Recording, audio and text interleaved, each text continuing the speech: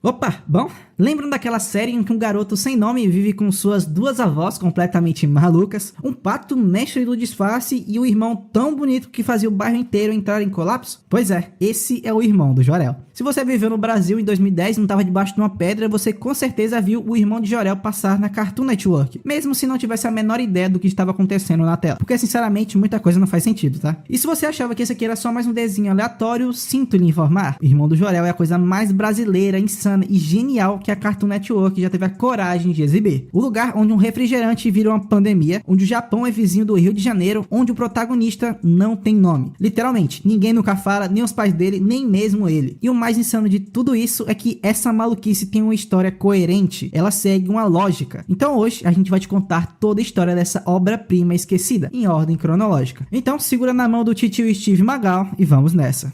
Irmão do Jor-El não tem nome, todo mundo já sabe. Parece brincadeira, mas é literal. O nome dele nunca é dito. E o pior, ninguém parece se importar. Ele só é o irmão do Jor-El. E a série nunca dá uma explicação clara. Nós simplesmente aceitamos. Mas no fundo se diz muito. O garoto que protagoniza a história cresceu na sombra de alguém tão brilhante, tão idealizado, que perdeu o direito de até ser chamado pelo próprio nome. E esse aqui é o primeiro golpe. E já adianto, ele nunca vai embora. Então, pra gente entender o irmão de Jor-El, você precisa conhecer a casa onde ele cresceu. A começar pelo pai, Edson, um ex-revolucionário frustrado, artista performático que vive tentando provar para todo mundo que ele é relevante, mas que obviamente falha miseravelmente. Ele vive no mundo das ideias, quase sempre fora da realidade, com frases de impacto que não servem para nada, vamos ser sinceros, mas você sente que ele já foi alguém importante, mas hoje só sobrou o teatro. A mãe, Danusa, é o oposto, uma super mulher, ela pilota moto, helicóptero, ensina dança, resgata o filho de perseguições policiais e ainda arranja tempo para passar maquiagem e servir mamão. A série não apresenta explicitamente como Danusa e Edson se conheceram, mas vamos ser sinceros aqui, dá pra ter uma boa noção, né? Edson era um jornalista idealista que dedicava seu tempo livre ao teatro revolucionário, além também do cinema conceitual. Enquanto isso, Danusa é uma mulher atlética e proativa, envolvida com danças e outras atividades físicas. Ou seja, se esses dois não se trombaram no curso de teatro alternativo, numa roda de debate sobre cinema cubano ou numa oficina de tai chi vegano, eu sinceramente não sei onde mais duas almas gêmeas desse tipo se encontrariam.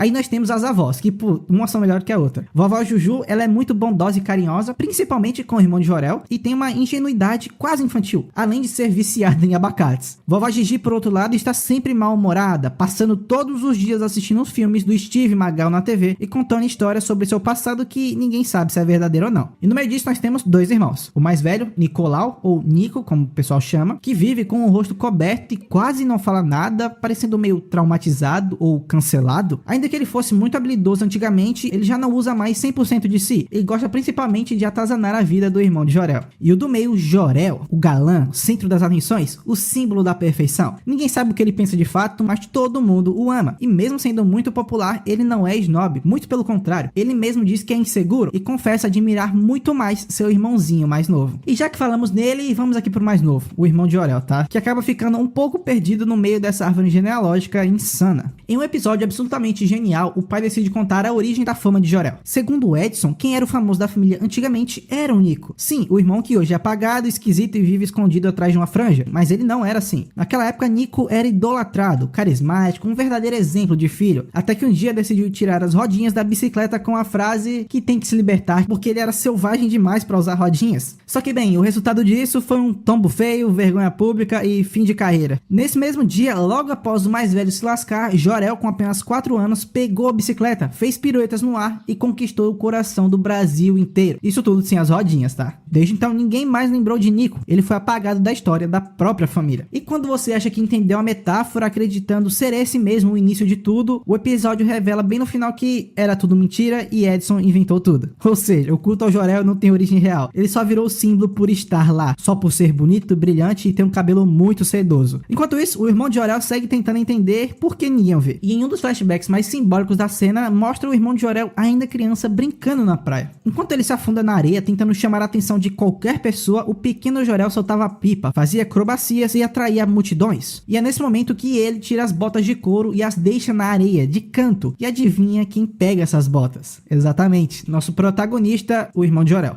Sim, o irmão de Jorel literalmente usa os sapatos do irmão. Durante toda a série, ele carrega o peso simbólico de tentar ocupar um lugar que nunca foi dele. Até o visual dele é emprestado pra vocês entenderem quão esquecido ele é. Mas esse momento também marca uma virada em sua vida, porque é ali que ele conhece Lara. E cara, Lara é uma das personagens mais incríveis da série e com certeza a mais importante para a jornada do irmão de Jorel. Enquanto o mundo inteiro trata ele como um figurante, Lara o trata como uma pessoa real. Ela não é só uma amiga qualquer, ela é a primeira pessoa que o ouve, que o desafia e que puxa ele para o mundo real. E a relação dos dois é linda justamente por isso. Eles vivem se metendo em problemas, mas sempre juntos. E quando brigam, se afastam ou ela vai morar no Japão, sim, isso acontece, tá? O laço continua forte. Lara que empurra o garoto para crescer, para tomar decisões, para desafiar o sistema, mesmo quando ele só queria ficar de boa na sombra do Jorel. Ela é talvez a única pessoa que realmente conhece o nome dele. Eu acho que além da família, né? E mesmo assim, nunca diz, porque ela entende que ele está tentando descobrir quem é. Eu acho que essa é a metáfora de não saber o nome ainda. Ao longo da primeira temporada, a série mostra como o irmão de Jorel só quer pertencer a algum lugar. Ele tenta entrar pro grupo dos populares, tenta ser artista, tenta ser esportista, tenta até ser cantor no episódio do maior videoclipe de todos os tempos. Mas sempre que ele tá prestes a ser reconhecido por alguém, ou Jorel aparece, ou algo explode, ou ele mesmo desiste. No episódio da caneta de 250 cores, por exemplo, ele tenta impressionar os colegas com um objeto mágico, símbolo de status na época. Só que ninguém liga de fato pra ele, porque o que importa de fato para as pessoas é quem segura a caneta, e não a caneta em si. Na segunda temporada nós temos um arco que resume bem o tom do desenho, a excursão alucinante sem freio. A escola organizou um passeio em condições sobre-humanas com o lendário Steve Magal. E só pra explicar pra vocês aqui, nesse desenho os episódios seguem uma ordem cronológica. Então vai acontecendo o episódio 1, 2, 3, vão tudo interligando as coisas, entendido?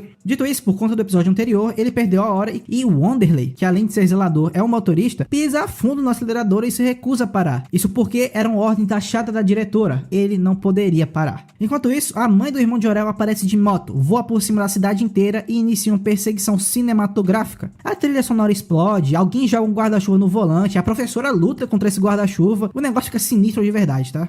Danusa, por sua vez, pilota também uma moto-helicóptero. E aqui tem perseguição policial. Mano, acontece muita coisa. Até que no fim das contas o irmão de Jorel chega no ônibus, só que o ônibus cai de uma ponte inacabada. E fica por isso mesmo. Cara, isso aqui é genial, tá? Porque tudo é tratado como normal. Porque no universo do irmão de Jorel, o absurdo é o padrão. Enfim, no próximo episódio, com o ônibus em ruínas, a turma acaba caindo na fábrica de refrigerante Sprock de maçã. Lá dentro, o irmão de Jorel é contratado como modelo. Ana Catarina quebra os dentes com a maçã e o tal senhor Sprock revela que o refrigerante não tem maçã, tem um ingrediente secreto que é açúcar, que eu acho que não é tão secreto, né? E é feito com leite de marimbondo. Você não entendeu errado, é feito com leite de marimbondo. Além disso, adivinhe quem são os funcionários da fábrica. Eles são basicamente unicórnios escravizados, que trabalham 15 horas por dia e não recebem nem ticket de alimentação. É foda, eu sei que você não entendeu, tá? E nem precisa, porque a série também não quer que você entenda. É só loucura. Até aqui nós vimos um garoto sem nome tentando existir numa casa onde até o cachorro tem mais presença que ele. Um garoto apagado pelo irmão, ignorado pela escola e usado como modelo de refrigerante feito basicamente de veneno. Mas Irmão de Jorel não é só sobre a infância. Aos poucos a série também mostra que o mundo em volta desse garoto também está quebrado. E não é uma metáfora, tá? Isso aqui é literal. O mundo vai desabar, a geografia vai colapsar, a política vai virar literalmente um circo e o refrigerante vai se tornar uma pandemia. Mas nós vamos chegar lá, tá? E tudo isso começa por conta de um cachorro gigante. Na terceira temporada, depois que Lara vai morar no Japão, a série começa a dar sinais que largou a realidade de vez. E o símbolo máximo disso é ela, Zaza, a cadela pincher da vovó Gigi. Aquela coisinha fofa, meio estranha também, tá? Mas que sempre carregava um olhar de quem viu o fim do mundo, porque de fato, ela viu mesmo. Do nada, sem aviso, Zaza fica gigante. Ela cresce até ficar do tamanho de uma cidade inteira e então, do jeito mais casual possível, engole o mundo inteiro. Sim, ela engole o planeta Terra. Todo mundo passou a viver dentro da Zaza e ninguém achou estranho. Mas calma que isso aqui não é um apocalipse total ainda, porque depois ela vomita tudo de volta, fazendo com que o planeta felizmente saísse inteiro de novo, com uma pequena e leve diferença. Os continentes agora estavam todos unidos. A consequência imediata de um vomitaço global da Zaza é simplesmente a geografia mundial foi pro espaço. Agora o Japão é vizinho do Brasil, literalmente. E por mais absurdo que pareça, isso resolve o problema emocional importante, porque agora a Lara pode continuar junto do irmão de Jorel. Mesmo morando no Japão, ela passa a aparecer com frequência, porque no fundo a distância nunca foi um problema. O mundo só precisava se dobrar para manter esse vínculo dos dois.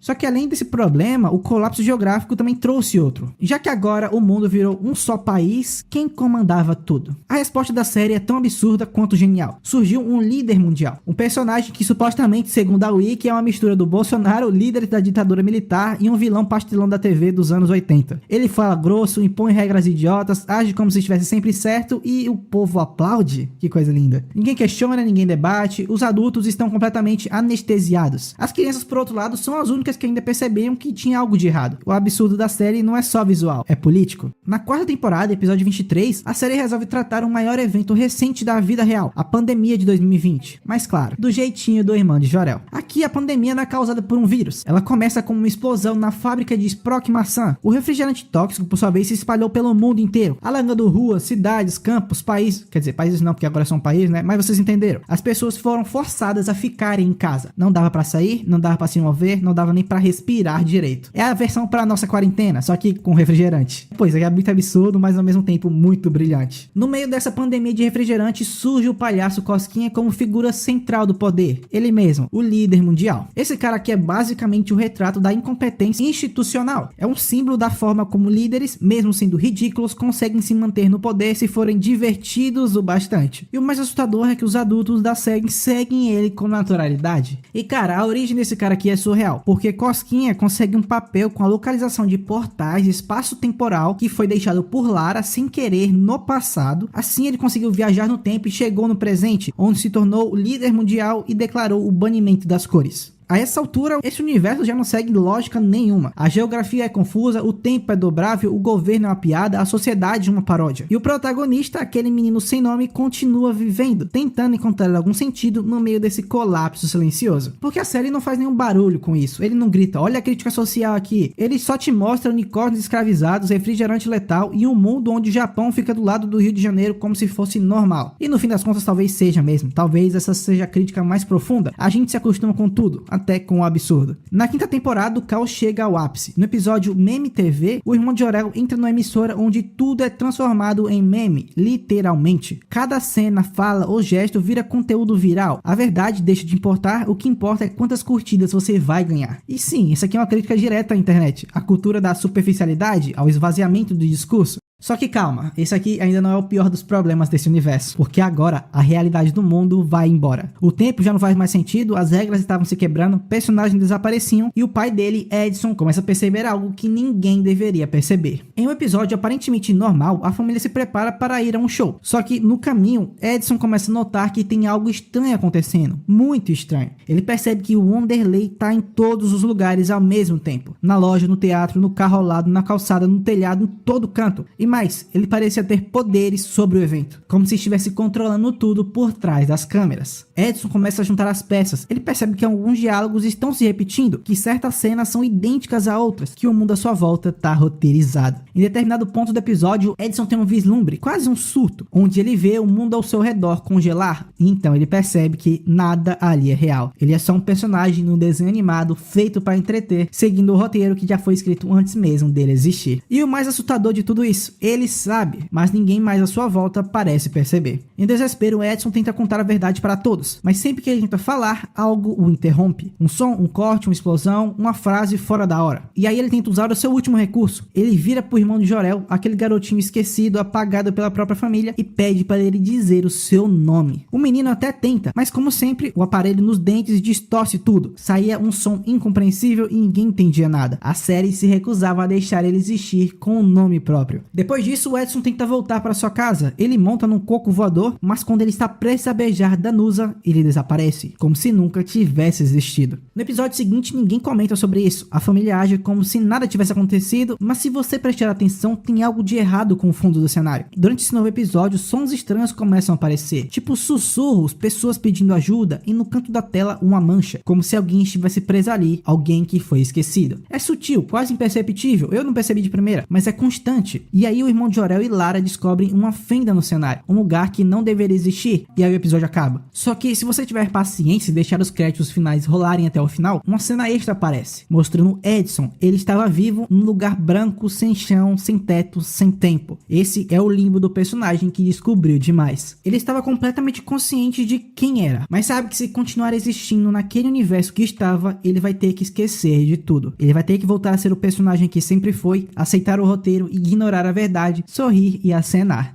Com tudo isso acontecendo, o pai desaparecendo, fendas na tela, episódios mudando de tom, a série começa a plantar uma pergunta muito mais profunda. E se o irmão de Jor-El também não for real? E se ele for uma representação do que sobra quando você cresce na sombra de alguém? Um símbolo da criança esquecida, do filho do meio, da geração ansiosa, do Brasil que ri pra não surtar. Porque ele nunca teve nome, nunca teve relacionamentos fortes de fato. Sempre esteve cercado por figuras absurdas, exageradas, dominadoras. E mesmo assim ele continuava tentando ser alguém. Continua indo pra escola, fugindo do Wanderlei, se divertindo com Lara e tentando conquistar a Ana Catarina. Porque mesmo com o mundo ruindo, a série quer que você entenda que a infância continua. Mesmo com a lógica quebrada, o cotidiano segue. Lara, por sua vez, nunca foi só uma personagem. Ela sempre representou algo maior. Coragem, amizade, afeto, curiosidade, rebeldia. Ela foi quem desafiou o irmão de Jor-El a sair da sombra, quem enxergava ele mesmo quando o mundo duvidava de si. Ela é o ponto de equilíbrio do garoto. Chegando ao fim da série, tudo volta pro começo. A escola, a família, os mesmos conflitos, mas agora algo mudou. E aí a pergunta do final é: por que o irmão de Jor-El nunca teve um nome? Talvez ele não seja somente um personagem específico. Ele é o reflexo de todos que já se sentiram apagados, todos que cresceram tentando ser vistos, todos que viveram na sombra de alguém brilhante. Ele representa o filho sem talento, o aluno quieto, o garoto da rua do lado que ninguém lembra o nome, mas que carrega o mundo inteiro dentro dele. O irmão de Jor-El somos todos nós tentando descobrir se somos reais ou só parte do roteiro de alguém.